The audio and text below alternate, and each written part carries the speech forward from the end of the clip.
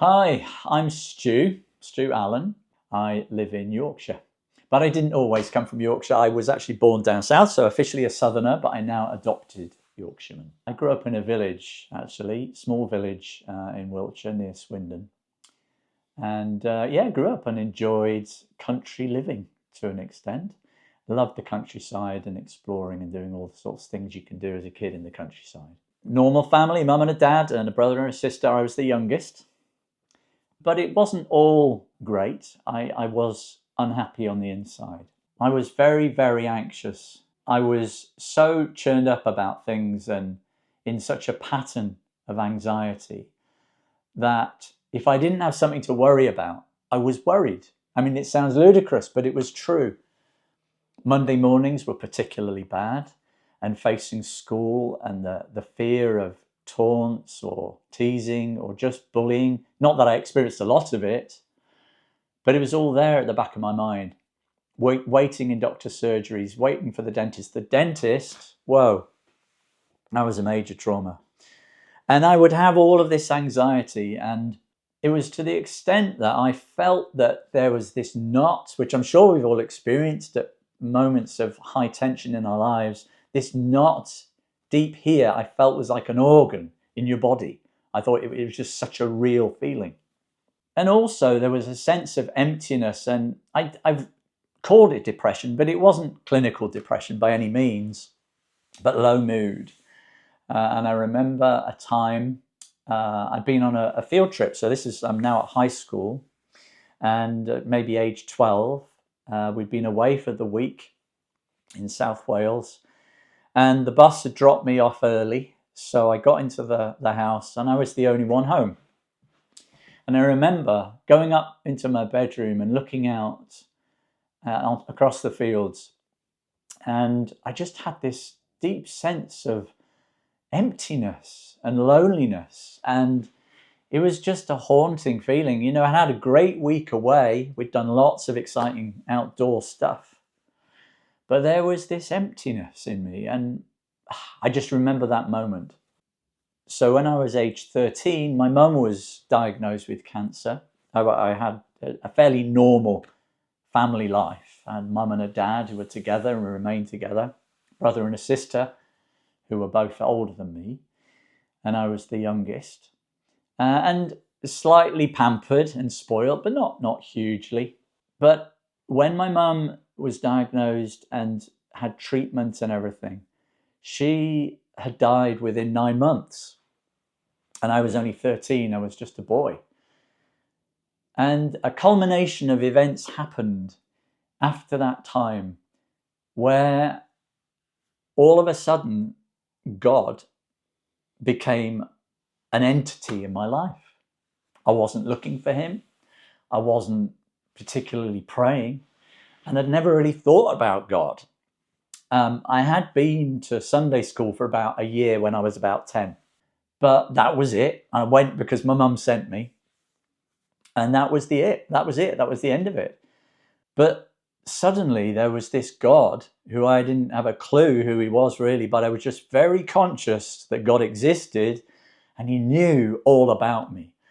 And this was the awful thing. And I'm telling you, it was awful because I realized that God could see me, warts and all the bad things I'd done. And I had this terrible sense of shame. And I felt wrecked. I felt as if I'd had a breakdown. Bearing in mind, I hadn't told anybody about my inner feelings. Nobody was going to get to hear about these either. I felt so filled with shame. Didn't really know what it was, to be honest. So I thought, maybe I need to pray. Maybe I need to talk to this God, whoever he is. So I tried to pray the Lord's Prayer, which we had learnt at primary school. And I tried to pray it and I couldn't remember it. And I thought, oh no, this is even worse. I can't remember. How do you pray the Lord's Prayers? It's terrible. And I was given a little Bible when I started high school. It was a Gideon's Bible, little red thing, New Testament. So I looked this up and there were some really helpful references that said, when you're feeling anxious, when you're feeling depressed, when you're feeling whatever, all these things, and where to look in the Bible. How to pray was one. So I thought, great. So I leafed it up, and it was where Jesus taught his disciples how to pray using the Lord's Prayer. So I got this out, and I got on my knees by my bed, not telling anybody about what's going on in my life. And I started to pray the Lord's Prayer. So I prayed it. No change. So I prayed it again. Nothing different. So I thought, well, maybe if I pray it 10 times. So I prayed it 10 times over. Still nothing. So I thought maybe I'll try 20 times. So I prayed it 20 times. Still nothing. I can't remember if I went on and did 40. I can't remember. But I was desperate and was just trying to appease this God because of the wrongs that I was aware of that I had done in my life. And so I thought to myself, well, maybe if I read this book, God will be pleased with me. So I carried on reading from where Jesus taught the disciples to pray. And I was blown away.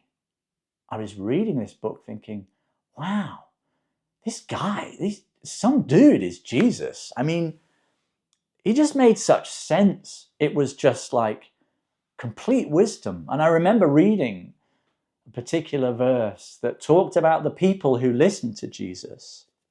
It said, and the people marveled because Jesus taught as one having authority. You'll have to excuse me because I well up quite easily. And that was another part of my story of facing my emotions and not being ashamed of weeping in public and really showing how I really felt about stuff. So I realized, yeah, this Jesus does speak with authority. And I just carried on reading, and there were stories I knew. So we used to have these stories at school in assemblies. And there were some that I'd never come across. And I was like, wow, this is amazing. Carried on reading. And then I got to the end of the story. So I was reading in the gospel. So there are 4 gospels that make accounts of Jesus' life. And each of them do describe Jesus' death and resurrection. And it was when I got to this part that I realized. It's like the penny dropped. And it dawned on me that Jesus died because of my wrongdoing. Because of what I didn't realize at the time, but I realized it was the sin, the bad stuff in my life. And that he came to wipe it out. He came to deal with it, remove it, and to give me a brand new start. And all that I could think to say or pray was, God, come into my life. It was like light dawned, and I realized this is it. This is what it's all about. Jesus died for me. Not just for everybody in the world, but everybody, including me. I prayed that, come into my life, come into my life, time and time again over the next few days.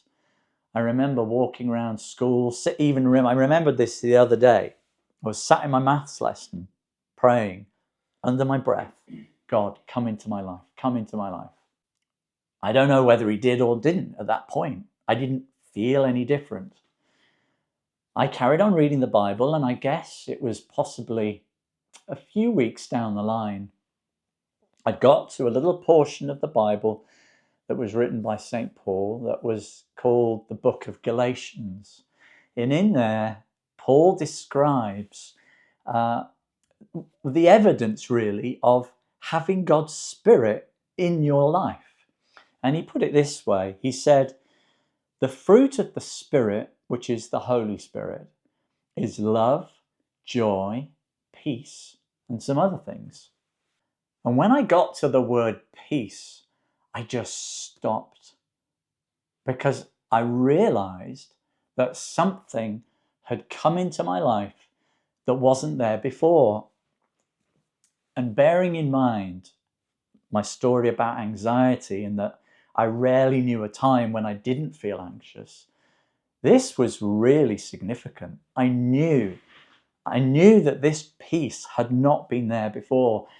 And the thing about peace is that it doesn't announce itself with trumpets. It's not brash and loud and with bells on. It's calm and quiet. And so I think it just took me time to realize this peace was there that hadn't been.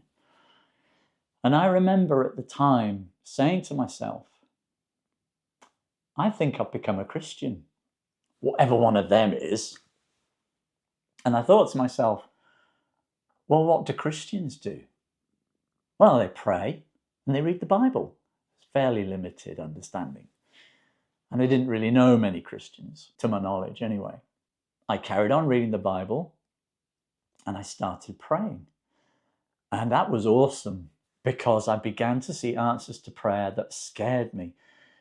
Not because it was frightening, but because it was awesome. It was like suddenly my life, I had some sort of control over it, that I could influence things by asking God for help. And so let's go back to the anxiety side. I began to find a peace in situations which I didn't have before. But it didn't all switch overnight. There was a journey to it as well. And I had to learn to trust God with things. And there was also, I'll tell you this story. When I came to college, so I guess I was about 14 when I asked God to come into my life and I became a Christian. And I began to walk with God, I suppose you'd say, and have him in my life and talk to him about stuff and pray and read the Bible more and begin to learn. And I began to realize that he had my life. It was his. In fact, it was so absolute. I just thought, I've got no claims on my life. He's got me. He's just got me. That's it. And I prayed, Lord, what am I going to do with my life? This is when I was applying to go to college, university, after doing A-levels. And he showed me very clearly the route to go, which was to study speech therapy. I'd never really come across it before.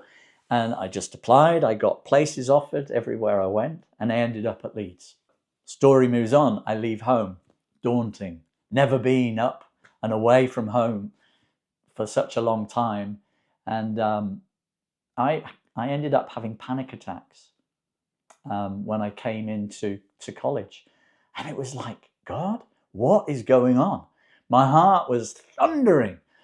And I was able to sort of hold it together, but I didn't even know what a panic attack was, but this is what was going on. And I had to learn, by God's grace, to let his peace come upon me in a fresh way. And I'm telling you this because I would go into college and I would come back at the end of the day emotionally exhausted, completely on the floor, wiped out. And I would go into my room where I was sharing a house with other friends, and I'd just sit, and I just didn't have the energy to do anything. I would just sit and I couldn't even pray. I was just so done in. And I just sit there and just say, well, here I am, Lord. And I would just imagine his goodness, his kindness, his light, his love. And I was just taking anything that was good in the wavelengths that were coming to me. I didn't even know what it was.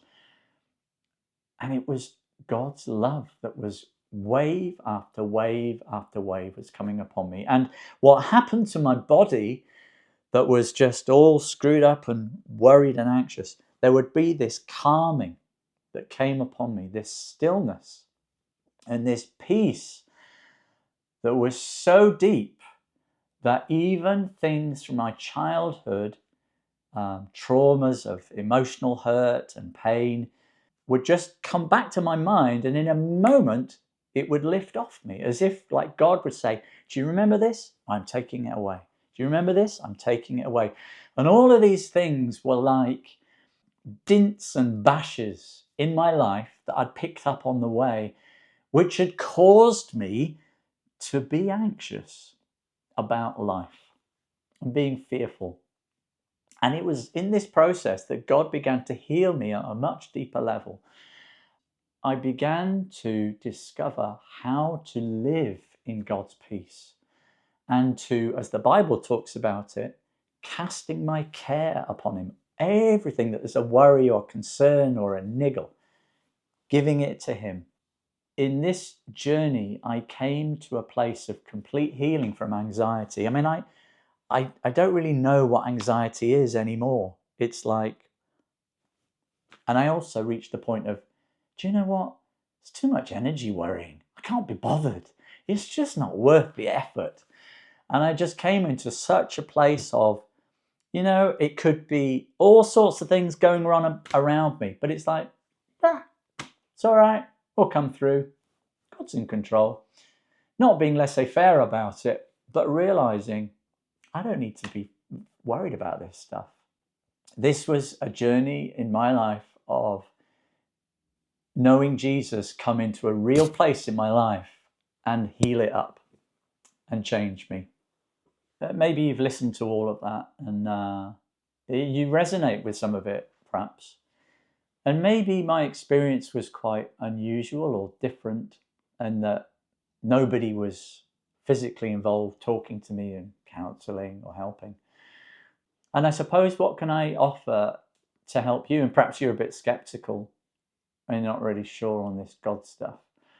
But I would just say, even pray if you're not really sure that God's there, but he reads your heart, he knows you. So just be real and just say, okay, God, if you're there, I want you to show yourself to me like you did to Stu. I mean, I was so wound up and knotted up. It was really hard for me to see who God was. And actually, I was very fearful of God. But I didn't realize that God is love. And that's overwhelming in a wonderful way. And I had to come to a place later on in my journey to realize that God actually loved me. He wasn't going to punish me. That was something I felt very much.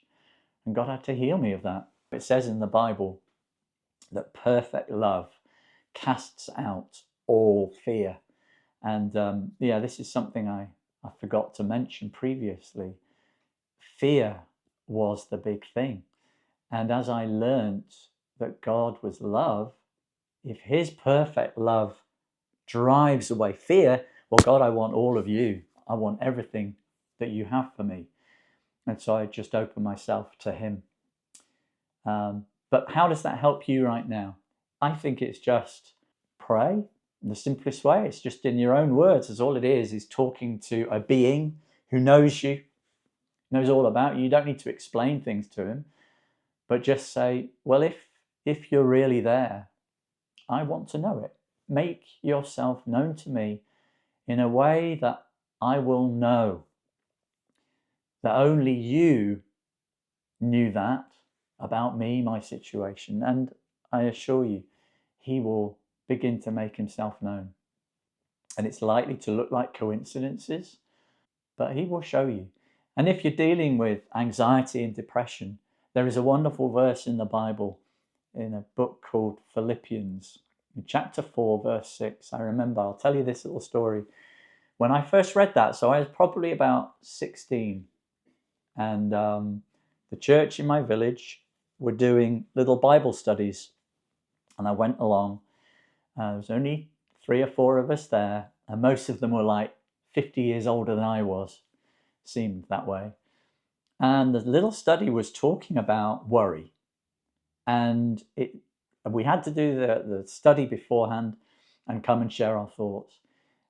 And one of the verses said, do not be anxious for anything,